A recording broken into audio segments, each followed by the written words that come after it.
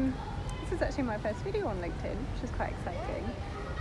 I just realised I've been on LinkedIn for, about a month now. I think I was quite late to the game, really. I used to be on it a long time ago when I was a teacher in England, and then I kind of stopped using it, and life has changed a bit now. And a few people have been really kind. We've been commenting on each other's posts, and I feel a bit like I'm getting used to it a bit more. So thank you to everybody who's kind of helped me settle in, I guess, as the new girl. But I just wanted to just hop on and do a video to say hello and to introduce a bit more about me and a bit more about the after and the service that I'm providing and what I do. Because I do know that there are quite a few people that I used to teach with. So hello if you're a Bradford teach peeps. And but through moving over here, it's a bit of a spoiler, I've met so many new people, and of course we're all globally connected nowadays. So I've been messaging people all over the world, the States, Australia, all over Europe. So hi, I'm Laura Linklater. And right now, you can tell that I'm British. I'm a UK Saigon expat. So I live in Saigon, which is the other name for Ho Chi Minh City in the south of Vietnam. My husband's a teacher. You can hear all the other kids around. They're not mine, they're other people's. My husband teaches at the international school, the British International School in Ho Chi Minh City. And he got offered the job in January 2020 before. We should call it BC, and so the world kind of stopped, but he got offered the job, and we weren't given the chance to turn it down and stay in the UK, and we kind of pushed through, and we did it. We got on one of the first planes out here in August after lockdown 1 in the UK, sorting out our house, and then we did 2 weeks, all 5 of us. Mom, dad and 3 children under 6 in one hotel room for 14 days with a COVID test every 3 days. The less said about that the better, but we survived. It was in some ways actually it was quite I'm not going to go as far as fun, but it was an experience. And so we now live in District 2 of Ho Chi Minh City, and we are world schooling. So our kids don't go to school. We are home educators. We've been home educators since our kids were born. We knew, even when we had our eldest one, she's going to be 6 at the end of this month, we knew they weren't going to school, and we knew we wanted to do it differently. And it was part of the inspiration for the international move to Vietnam, that we kind of figured, why be tied to the whole school system and school holidays and things in the UK when actually we could just travel at random times. So our kind of halfway house is John got a job out here, and it's an independent school, so we have more holidays and more freedom.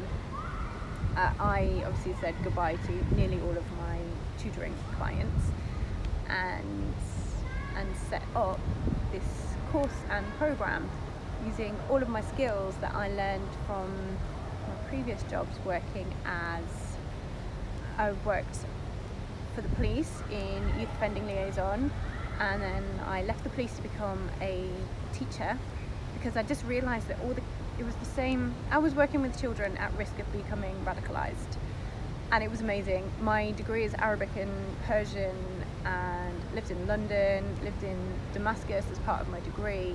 It was just incredible. But what I was frustrated with working for the police was that it was just the same kids would come in, like every 4 months you'd see them around again, and we go through the same process.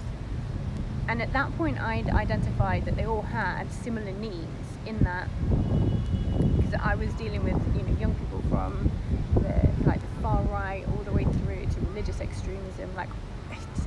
It's all basically, I won't go into it, but it's basically all the same mechanisms but different context.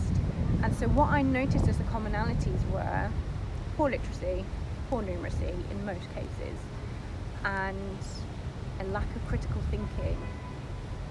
so they weren't questioning what adult authority figures or older young people authority figures were saying to them, and shockingly low self-esteem. It wasn't even all poverty, although a lot of the people that I worked with were living below the poverty line in the UK. But so I decided that for me to not keep seeing these same people coming through on a cycle, I decided that I would retrain as a teacher, thinking, I could get 30 kids, have a year with them at a time. Obviously I would see them through the school as they went through, make this huge difference. And that is part of what school teachers do. And part of my time as a teacher was wonderful. Part of it wasn't. And I did feel quite frustrated quite often. And eventually I left teaching. I was a bit disillusioned with children becoming data, and I felt that the heart and the love was going out of the profession, and I just didn't feel able to do it. I had a few flashbulb moments where I just thought, I can't do this, and I left there. And I left when I had my own children, when we decided to home educate. It's that thing of the indicator species of the midwives having home births and the teachers who are home educating, and there's quite a lot of both camps going around. So then a few years of being a stay-at-home mum, which was wonderful, and now my kids are nearly 6, just turned 4 and 2, and I'm ready to go back into, step back a little bit from them as they grow. They're able to be with, we have a nanny and we have friends here. We have this wonderful network in the Saigon homeschooling community. So they are spending more time now at classes or with our nanny 2 mornings a week, and I am working 1-to-1 with, or 1-to-2 actually, with some couples, with families who wish to become conscious parents. What does that mean? It means realizing that actually not that much of parenting is about the kids. It's actually quite a lot of it is about us. So what, as the parents and the adults, and it's not just parents, it's all, my background, it's all adults who support young people. And sometimes most of the time, the blocks to us working with children and young people and being what they need, they actually lie within us, and the stories that we have, particularly from our childhoods, when our emotional and psychological blueprint is really laid down about the age of 7, up to the age of 7. And we are, as adults, carrying this stuff, these limiting beliefs, these stories, these things that people told us in the formative years. We're carrying that with us, and it's holding us back. So what I do, right now I have a 6-week program, and the 12-week program is in production, which is super duper exciting. And the program allows me and a parent or a couple to work through their past stories, to go and do the inner child healing work that we need in order to let go of those things that we are, one, they're holding us back, but also we're projecting them onto our children, particularly when we feel that we need to control things around them. And also to teach parents that some of it is nuts and bolts parenting skills, and nuts and bolts how to deal with teenagers, how to deal with young children skills, and also how to know that we need to look after ourselves, because this way of parenting, without coercion, without punishment, without fear and shame, is challenging, and we need to be up for the challenge. We need to be well slept, we need to be happy in ourselves, we need to be confident, we need to feel loved, and that's what I do. So within 6 weeks, people are going from miserable, frazzled, burnt out, fighting all the time, to much calmer, with a skills toolkit, and healing their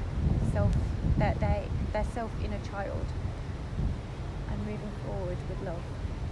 Okay, send me a message if you'd like to get in on that, and if you're watching this, thank you very much. It's really, really great to meet you, and thanks for having me on LinkedIn. Bye.